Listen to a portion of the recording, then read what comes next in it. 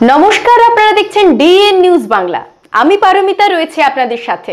আজকের বিশেষ যে খবরটি আপনাদের সামনে তুলে ধরব, মথুরাপুর ২ নম্বর ব্লক পঞ্চায়েত সমিতির উদ্যোগে ২০২৫ শিক্ষাবর্ষে মাধ্যমিক উচ্চ মাধ্যমিক কৃতি ছাত্রছাত্রীদেরকে দেওয়া হলো সংবর্ধনা।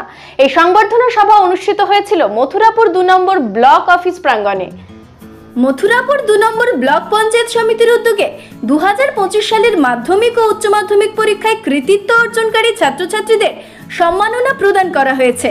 এই সংবর্ধনা সভা অনুষ্ঠিত হয় মথুরাপুর ২ নম্বর ব্লক অফিস প্রাঙ্গণে। অনুষ্ঠানে উপস্থিত ছিলেন মথুরাপুর ২ নম্বর ব্লকের আধিকারিক নজির হোসেন, পঞ্চায়েত সমিতির সভাপতি জয়ভূষণ ভান্ডারী, সহ সভাপতি সংকীর্তন শিকারী, শিক্ষা বিভাগের কর্মদক্ষ প্রতিমা ভূঁইয়া খাঁ, বিদ্যুৎ বিভাগের কর্মদক্ষ আলাউদ্দিন শেখ, পূর্ত বিভাগের কর্মদক্ষ শাহানা শেখ। সংবর্ধনা সভায় কৃতি ছাত্রছাত্রীদের হাতে সম্মাননা স্মারক ও শিক্ষা সামগ্রী তুলে দেওয়া হয়। এই উদ্যোগের মাধ্যমে ছাত্রছাত্রীদের ভবিষ্যৎ শিক্ষা জীবনে আরও উৎসাহিত করা হয়েছে।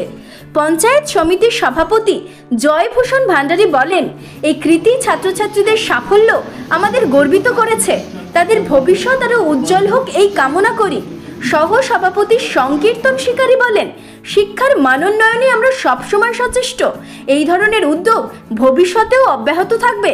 শিক্ষা বিভাগের কর্মদক্ষ প্রতিমা ভূঁইয়া খাঁ বলেন, এই কৃতি ছাত্রছাত্রীদের সাফল্য আমাদের শিক্ষা ব্যবস্থার উন্নতির প্রতিফলন। তাদের আরও সাফল্য কামনা করি। এই সংবর্ধনা সভা মথুরাপুর ২ নম্বর ব্লকের শিক্ষাক্ষেত্রে একটি গুরুত্বপূর্ণ মাইল ফলক হিসেবে চিহ্নিত হয়েছে। উদ্যোগটা মথুরাপুর ২ নম্বর ব্লকে দুটি সার্কেল আছে, একটা সাউথ সার্কেল এবং ইস্ট সার্কেল। দুটি সার্কেল মিলিয়ে প্রায় ১৮ জন ছাত্রছাত্রীকে আমরা সংবর্ধিত করলাম।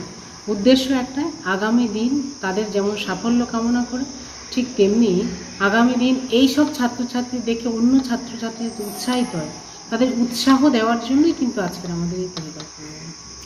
এইসব ছাত্রছাত্রী আমরা দেখেছি যে যারা 90%-এর উপরে নম্বর পেয়েছে মাধ্যমিকে, উচ্চ মাধ্যমিকে টপ 5 আমাদের ব্লকে যারা হয়েছে, যাদেরকে দিলে যেমন রাজ্য সরকার টপ 10-কে একটা নাম ঘোষণা করে দেয়, আমরা সেই একটা অনুসরণ করেই কিন্তু এটা নির্বাচন করেছি যে যাতে এদেরকে দেখে আরও ছাত্রছাত্রী যাতে আরও ভালো করে পড়াশোনা করতে পারে এবং সমাজে তাদের অবদান রাখতে পারে। এই মূলত এই উৎসাহটা দেওয়ার জন্যই কিন্তু এদেরকে বাঁচা।